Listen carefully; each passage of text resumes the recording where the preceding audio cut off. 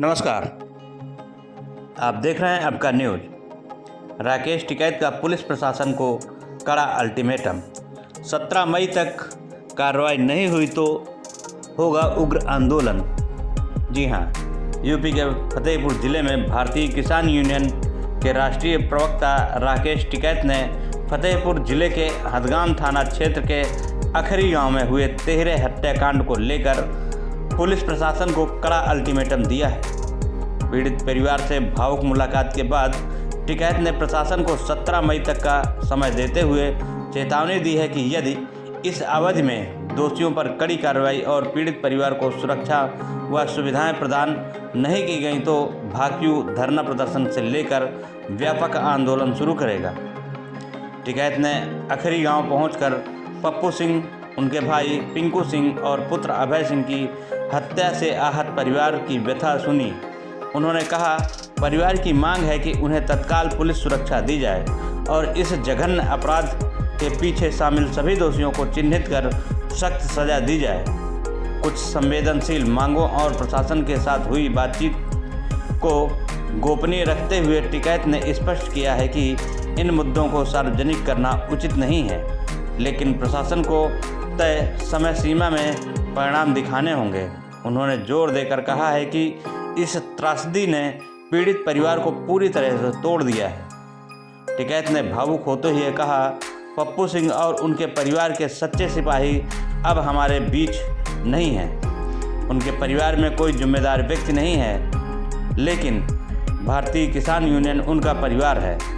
हम हर कदम पर उनके साथ खड़े हैं और उनकी हर ज़रूरत को पूरा करने के लिए संघर्ष करेंगे।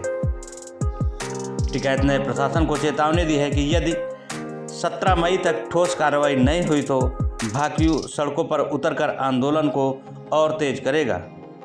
उन्होंने कार्यकर्ताओं और समर्थकों से एकजुट रहने का आह्वान किया है ताकि पीड़ित परिवार को न्याय और सम्मान मिले। इस घटना ने क्षेत्र में तनाव को बढ़ा दिया है और टिकैत के इस अल्टीमेटम ने प्रशासन पर दबाव और भी बढ़ा दिया है। देखो, कार्रवाई से जो मुलजिम है वो तुरंत जाकर थाने में बैठ गया मर्डर करके, तो क्या तो पुलिस कर लेगी और क्या हम किसान संगठन कर लेंगे। एक आध दिन का हेर फेर होता, आप कम से कम वो भाग जाता, पुलिस जाती पकड़ के, उसे एक आध दिन छुपा कर रखती। अब जो जाके वीडियो के सामने थाने में बैठ गया तो क्या तो उसका पुलिस कर लेगी।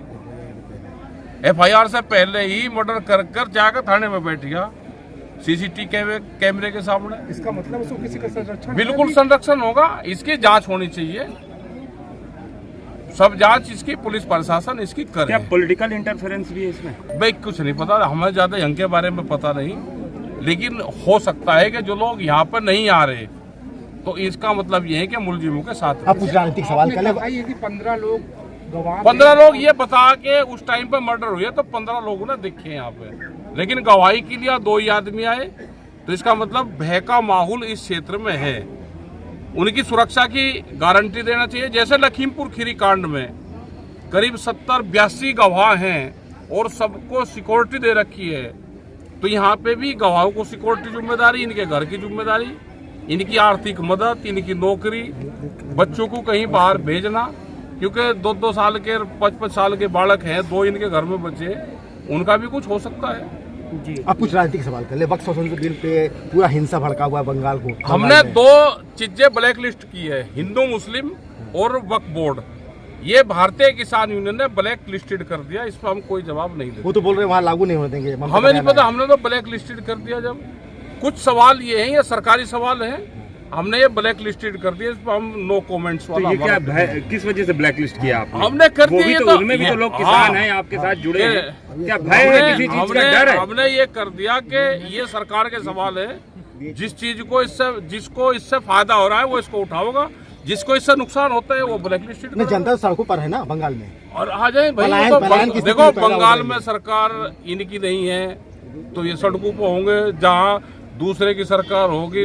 पंजाब में इनकी नहीं है तो पंजाब में माहौल खराब है, तो भाई सरकारी लोग हैं, करवाते रहेंगे। कानून व्यवस्था पे क्या है यूपी कानून व्यवस्था? कुछ भाई यूपी कानून व्यवस्था तो देख लो आप, 3 मर्डर हो गए। जी जी, एक आज उसमें प्रयागराज में जला दिया। यहाँ पे होना क्या चाहिए कि जमीनी विवाद बहुत हैं। जमीनी विवाद तुरंत उनका समाधान हो जाए। ज्यादातर विवाद जमीन संबंधी है। जो आज प्रयागराज में हुआ, लगता है कि जिस तरह से वो गेहूं के पुराल में जलाया है, खेत में अगर गेहूं के पुराल में जलाया है तो जमीनी विवाद होगा। जमीनी विवाद का निस्तारण तुरंत होना चाहिए और जिस तरह से जमीनें एक दूसरे के नाम चढ़ी उसका निस्तारण होना चाहिए। योगी जी तो कह रहे हैं कानून व्यवस्था यहाँ चुस्त दुरुस्त है यूपी भाई वो में। तो सरकार में शामिल है, वे तो कहेंगे जी। वे ये कहेंगे कि नहीं, अब जो विपक्ष है उसको मुद्दा उठाना चाहिए। विपक्ष भी गौण है, विपक्ष को मुद्दा उठाना चाहिए। विपक्ष कोई आंदोलन नहीं कर रहा तो इसका मतलब सत्ता पक्ष फिर तो ठीक काम कर रही है। अगर विपक्ष आंदोलन नहीं कर रहा, क्यों नहीं कर रहा, क्या लगता है, डर है क्या उनको किसी बात का? हो सके किस बात भय का हो डर? या क्या उन्हें सत्ता ना चाहती हो। जिसको सत्ता चाहिए, अगर वो सत्ता से बाहर है, जैसे गांव प्रधान है सत्ता से बाहर हो गया तो 5 साल तक दूसरे वाले का बस्ता धरवा रखे। ऐसे ही विपक्ष को चाहिए कि सरकार की कमजोरी ढूंढ के मूवमेंट खड़ा करना, जेल जाना, ये विपक्ष का काम होना चाहिए। लेकिन आजकल वो विपक्ष के वे नेता रहे नहीं। आजकल तो सब चमकीली कोठियों में पैदा हो रहे, झुग्गी झोपड़ी वाले नेता खत्म हो गए। विपक्ष का काम सवाल उठा रहा है। हमें नहीं पता भाई वो विपक्ष का काम बाकी। देखो उनका तो वे तो कहने की कोई हालात में है नहीं। जी जी। जिनके घर से 3 जवान मौत होगी हो, मर्डर हो गया हो, वो तो कोई कहने की हालात में है नहीं। ये तो यहाँ के समाज को देखना, जो किसान संगठन है उसको देखना, यहाँ के पुलिस को और प्रशासन को देखना, जी जी। 4 लोगों को देखना पड़ेगा। यहाँ का जो पॉलिटिकल आदमी है उनको यहाँ पे आना चाहिए सबको। यहाँ का कोई विधायक हो, एमपी हो, अगर वे नहीं आ रहे हैं तो इसका मतलब वे इनके साथ नहीं, जो मर्डर करने वाले उनकी सपोर्ट कर रहे हैं। जो यहाँ पे आ जाएगा वो अपनी क्लीन चिट लेता जाओ।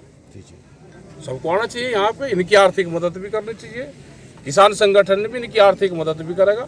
प्रशासन से भी ये है कि अब कल से इनकी चिट्ठी लिखत पढ़त शुरू होगी। अब छुट्टी है 2 दिन बाद में। अधिकारियों से बातचीत हुई भी है हमारी लखनऊ भी, उन्होंने आश्वासन दिया कि जो कमी है हम उसको पूरा करेंगे। सिक्योरिटी पर्पज से बात होगी। कोई आरोप भी लगाया? कोई आरोप क्या लगाना? आरोप तो मर्डर हो ही नहीं। आरोप तो कल आपके आने का कार्यक्रम मिला, उसके पहले घटना के 5वें दिन थानेदार और हल्का इंचार्ज को निलंबित किया गया। ये तत्कालिक घटना से शायद उनका लेना देना न रहा हो। अब पता नहीं भाई कौन। पूर्व के कई थानेदार उनको लगातार संरक्षण देते रहे, उनके वीडियो हैं। रक्षाबंधन के दिन इसी तरह का हमला किया गया, लाठी डंडों से पीटे, ग्रामीण पहुंचे। वो हम लेंगे। अगर कोई भी पुलिस प्रशासन इस तरह का लिप्त है उसमें तो यहाँ से जाएगा। परिजनों की क्या मांगे थी? परिजन जो है अब देखो तक की परिजनों की प्रशासन तो की कार्रवाई मांग, से देखो संतुष्ट परिजनों नजर की नहीं आ रहे हैं। परिजनों की आपका तो मांग ये कैसे रहती उनकी है, मदद करेगा? परिजनों की तो मांग ये रहती है कि भाई कहाँ जाएंगे, क्या करेंगे? वो लोग इतना नरसंहार कर चुके हैं, अब इन लोगों को भी मार देंगे। हम लोग क्या करेंगे? अभी तक की प्रशासन की कार्रवाई को कैसे देखते हैं? हम लोग संतुष्ट नहीं है, बिल्कुल नहीं है, बिल्कुल भी संतुष्ट नहीं है, बिल्कुल नहीं। क्या क्या चाहती हैं आप लोग?